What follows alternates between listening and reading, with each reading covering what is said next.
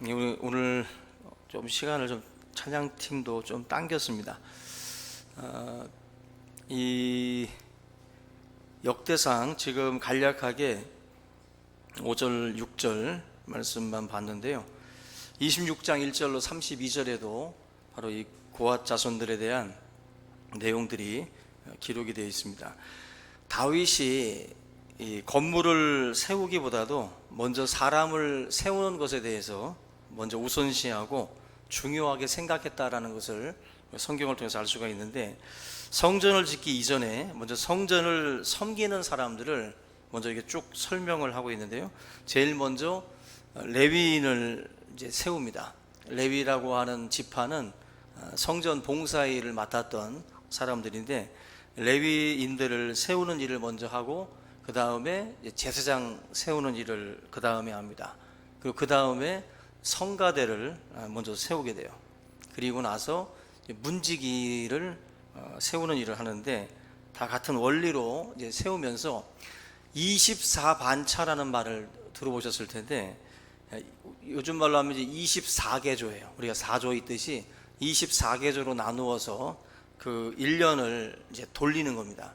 1년 동안 24개조가 일을 감당을 하는 건데, 12조면은 모르겠는데 24조니까 30일의 반인 15일 정도씩 이제 섬기는 일을 합니다. 보름씩 각 이제 분류한 그 숫자들이 그 일을 감당을 하는데, 여기 성가대 규모도 오늘 5절과 6절에 4,000명이라고 나와요. 우리 교회도 이렇게 많아졌으면 좋겠습니다. 성가대, 이거 악기를 다루는 사람이라고 그러는데, 어쨌거나 성가대 찬양하는 사람들 규모가 4,000명. 또 재미난 건 문지기도 4,000명이라고 나와 있어요. 그죠? 성가대가 4,000명인 거는 모르겠는데 또 문지기까지도 4,000명이다. 이게 무슨 말이냐면은, 찬양하는 일이나 또 문지기 하는 일이나 똑같이 중요하다라는 원리로 우리가 받아들일 수가 있습니다. 왜 이렇게 문지기들을 많이 두었을까?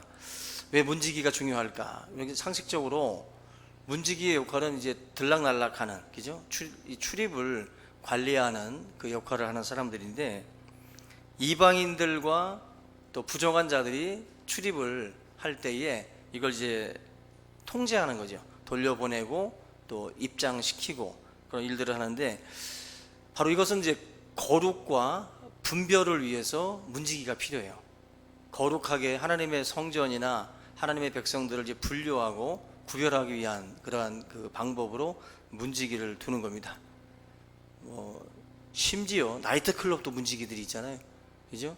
우리 같은 늙은 사람들이 가면 이제 물 버린다고 나가라 그러죠. 그럼 네 하고 우리는 와야 돼요.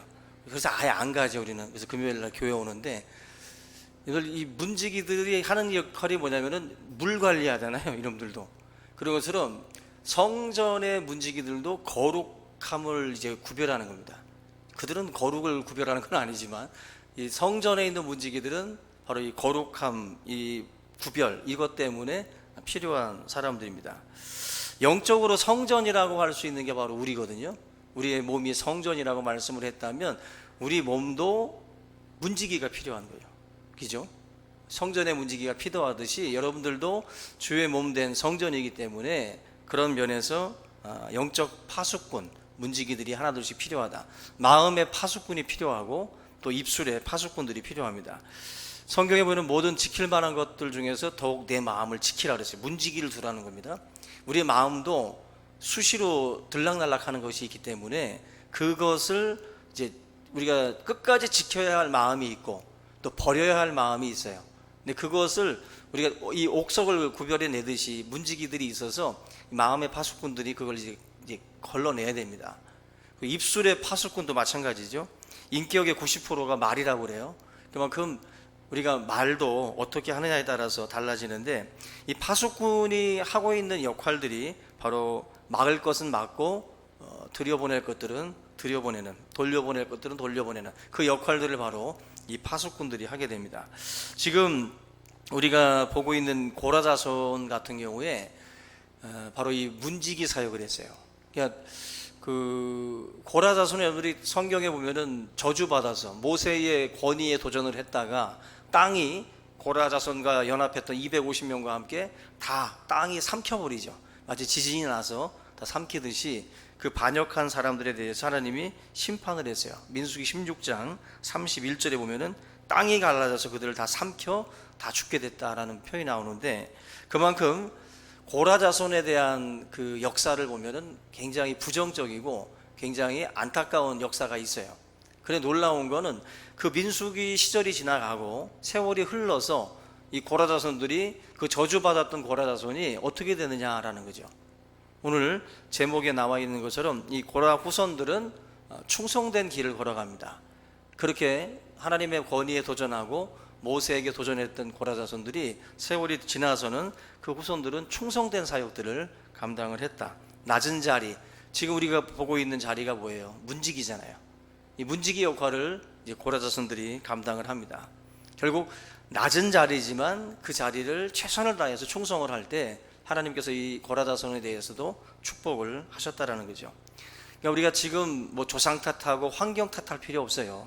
과거에 우리 조상들이 어떻게 살았기 때문에 지금 우리도 이렇게 될 수밖에 없다가 아니라, 어떤 저주를 받고 어떠한 문제를 일으켰어도 지금 당장 낮은 자리에서 충성하고 헌신하면 하나님이 얼마든지 회복시켜 주신다는 거죠. 이 고라 자손 같은 경우가 대표적인 예라고 볼 수가 있습니다. 그 고라 자손 중에 가장 유명한 사람이 바로 오베데돔입니다. 오베데돔. 그 하나님의 그 법궤가 블레셋에게 빼앗겼을 때 그 법궤가 돌아오는 과정에서 그 오베데돔의 집에 억지로 사람들이 이 법궤를 뭐 만지면은 막 죽어 나가고 막 여러 저주가 일어나니까 겁나서 결국 이 법궤를 들여오는 것에 대해서 두려워할 때 억지로 오베데돔의 집에다가 이 법궤를 보관을 해요. 그런데 이름이 오벳에돔입니다. 에돔의 종이라는 뜻이에요. 에돔의 종. 그러니까 오베데돔이라는 사람은 그렇게 뭐 이렇게 고위직이 아닙니다. 그냥 굉장히 비천한 사람이라고 보시면 돼요. 그냥 요즘 말로 뭐 개똥이 만드기 하듯이 이 오베데돔이라는 이름은 천한 이름이에요. 천한 이름. 근데 이 사람이 낮은 신분임에도 불구하고 법궤를 보관을 했다가 사무엘하 6장 11절 보면은 복을 받아요. 복을 받습니다. 고라 자손인데 하나님의 그 법궤를 보관을 하고 이제 어떻게 보면 억지로 순종한 겁니다. 아무도 가지고 가지 않는 법궤인데 마지못해서 순종하고 자기 집에다가 그걸 누운 거예요. 근데 그럼에도 불구하고 하나님께서 이 오베데돔의 집을 축복을 했다라는 거죠. 반드시 여러분들 원해서 순종할 필요는 없어요.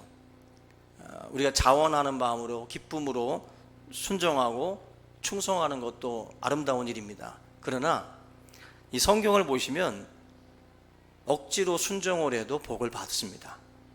아멘. 그래서 여러분들 이 참 재미난 거예요. 뭔가 좀 그 억지로 해야 될 상황이 오시면 너무 저항하지 마세요. 저항하지 말고 억지로 지고 가야 될 일들이 있을 때 그래도 못 이기는 척 그냥 받아들이면 복이 됩니다. 그것에 대해서 성경이 지금 대표적으로 이 구약에서는 오베데돔, 신약에서는 우리가 잘 아는 구레네 시몬을 들 수 있어요. 구레네 시몬 같은 경우도 주님의 그 십자가를 손을 들고 제가 지겠습니다 하고서 주님 대신 진 게 아니죠. 그죠? 성경 마가복음 15장 21절에 보면은 제가 읽어드릴게요. 마침 알렉산더와 루포의 아버지인 구레네 사람 시몬이 시골로부터 와서 지나가는데 그들이 그를 억지로 같이 가게 하여 예수의 십자가를 지우고 오라고 나와요. 시골로부터 와서 이게 지나가고 있었어요. 지나가는데 느닷없이 예수님이 이제 골고다 올라가는 길이에요. 그 타이밍에 거길 지나간 거죠. 근데 이 구레네 시몬 같은 경우는 억지로, 워낙 예수님이 자꾸 쓰러지고 넘어지니까 억지로 그 십자가를 지도록 구레네 시몬을 불러가지고 십자가를 맡긴 겁니다. 성경에도 억지로라고 나와 있잖아요. 마가복음 15장에 억지로 같이 가게 했다. 그러니까 구레네 시몬은 한마디로 재수 온 붙었다. 정말 오늘 무슨 내가 우리 아주 일진이 사납다라고 생각을 하고 억지로 십자가를 지고 간 거예요. 근데 이게 계기가 돼가지고 온 가족이 예수 그리스도를 믿게 됩니다. 그래서 바울에게도 이 고레네 시몬의 아내가 영적 어머니 역할을 감당한 것으로 나와요. 그냥 억지로 지고 갔지만 주님께서 이 고레네 시몬에 대해서 하나님이 축복을 하셨어요.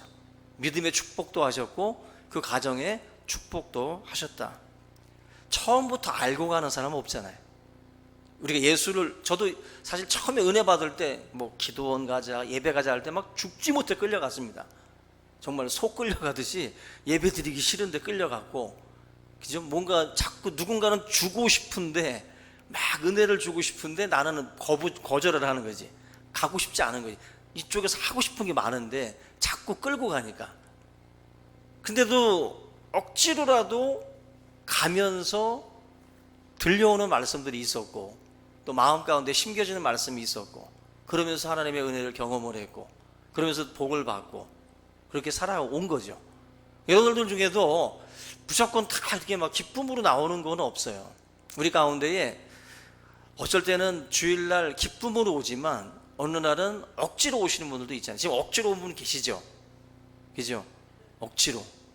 오늘 청소인데 억지로 온 사람들 안 나오면 또 쳐들어간다고 목사님이 또.